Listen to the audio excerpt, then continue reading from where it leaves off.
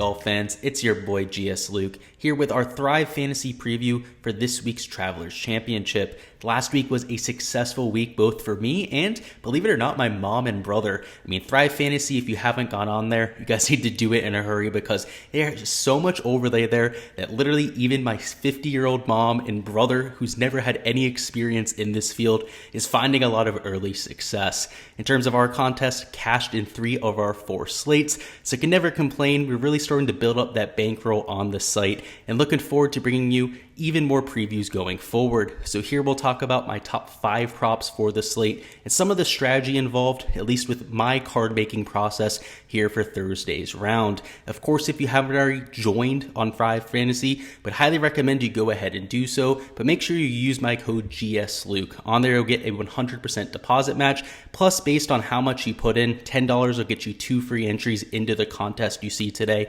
and if you put in $100 or more, that'll also be matched, but you'll get 4 free contest entries. So, $10 gets you $40 worth of entries. $100 gets you those $80 of entries. So make sure to take advantage of that. But without further ado, let's go ahead and hop right into the preview. Alrighty, I've got the contest on the screen, and you can see back to what we saw 2 weeks ago. For the major championship, a little bit of a larger contest, this time back to 110 entries. And though we had a larger contest last time, there was also a lot more attention on the sport. So a little bit less overlay than what we saw a few weeks ago. But given that we're back to a regular tour event, I'd expect this to fill up to maybe like 70, 80 slots again, which will give us a solid 10, maybe even 15% overlay to work with. The payout structure, very similar to what we saw earlier, $500 the first. My brother ended up winning $300 on this contest the other day.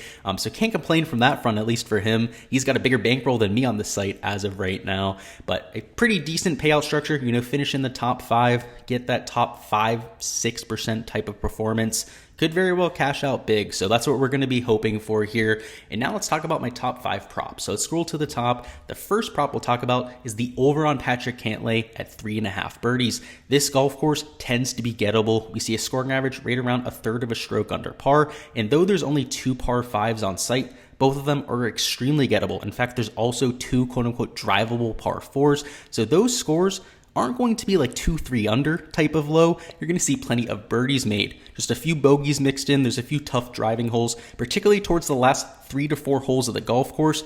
Could see a few double bogeys and even triple bogeys if people get a little bit hairy off the tee. So that's why the scoring average isn't anything outstanding, but birdie production around TPC River Highlands tends to be something that's higher than most golf courses. So for an elite level player like Patrick Cantlay, I have him projected for well over the 3.5 mark there. In fact, closer to 4.4 birdies. So it gives us a quite nice edge there. And obviously we're getting a little bit less points. So obviously it is favored towards that side, which I tend to agree with. But considering I have it right around a 70% hit rate, something that I'm very confident to getting to, and a way to just bank ourselves 80 points there. Next up, we're going the under on Brooks Koepka at 4.5 eagles plus birdies. And though he's an elite level player like Patrick Cantlay, Brooks Koepka dealing with a little bit of a distraction. It was just announced that he's going to the Live Tour, so might not even end up playing for round 1. So make sure you have your ice picks in. But in either circumstance, I'd expect that to have an impact on his game. I mean, even at the US Open, people would ask him about the Live Tour,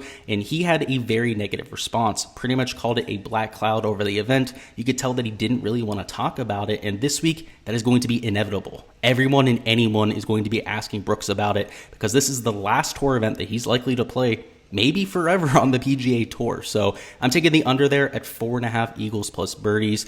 Somebody I project for close to 4.3 birdies, 4.2 birdies outside of the narrative, but including some of that outside noise, that would put his projection, at least in theory, closer to like 3.8, 3.9, right? You'd expect him to play a little bit worse, that sort of thing. So I'm taking the under there, another 90 pointer that we should be able to bank in our back pocket. Next up, we've got Tony Finau at over 12.5 pars plus bogeys. And realistically, I don't see that many doubles out there, right? So it's pretty much whether he's going to make 6 or more birdies, which I highly doubt, right? He's not going to go out there birdie every single hole. And though it's possible, right, it's much better than a 75 pointer. If I was going to put a point value on it, the over here should probably be closer to like 60 or maybe 65 points. So it's one of the more valuable props that we have on the board. I have him projected for 13.7 pars plus bogeys, right? Something around like 4.3 birdies made plus eagles, something in that range. So kind of similar to a Brooks Koepka, right? This is just an even better format to go after it. A little bit more of a consistent format, given that eagles aren't going to happen all that often. And like I said, a double bogey for somebody with Tony Finau's ball striking, even more rare of an occurrence. So I like him there with the over. Another relatively cheap play that we can take just to kind of boost up the point pool there. Next up, we've got Ricky Fowler. I'm taking under 4.5 birdies.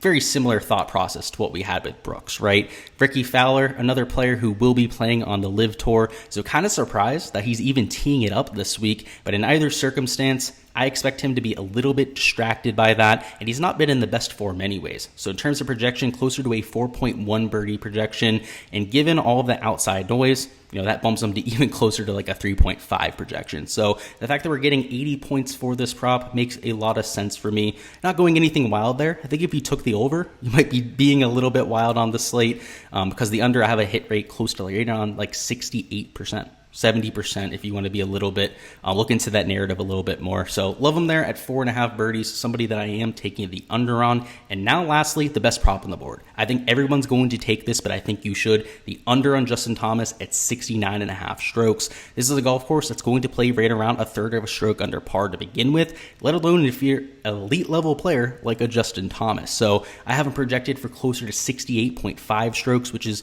an entire stroke lower than his projection. And this is a true 50-50 prop. So we're getting the full 100 points here. And to me, it's really a no-brainer. I think that like 60-70% of the field might even have this Justin Thomas prop, but I think you might be remiss not to have it in your pool because, as we've seen with these picks, I like a lot of the favorites. I think they've done a really good job with the board this week. There's not a lot of those like 115 or 120 pointers that I see myself getting to. So to lock in this 100 points here and to try and target some of those 70 to 90 pointers, that's the strategy I'm going with. And while that might not take home first place here, at least for me, I'm going for a more consistent bankroll, right? Because we have that overlay, I'm okay with cashing in the top 10 to 15. I'm okay with just doubling up on my money here. This isn't meant to be like a massive GPP for me. It's not like you're winning $5,000 for first or 6 figures for first, any sort of thing like that. So I'm a little bit less worried about the top end upside, right? If you're playing on like DraftKings, that sort of website where you have that $20,000, $30,000 prize to first, it's a much bigger priority to actually take home that prize. Whereas when we have a more flat payout structure, like what we have here for Thrive Fantasy, makes it a little bit more consistent, right? You can try to just grind out ROI. So that's what I'm going with there, those 5 props. And if Brooks Koepka ends up withdrawing, same thing with Ricky Fowler, I'd go the over on Joaquin Niemann at 65.5 strokes. I think that's almost a free prop. And I'd also take the over on Tommy Fleetwood. So those would be kind of my backup props we could go to there.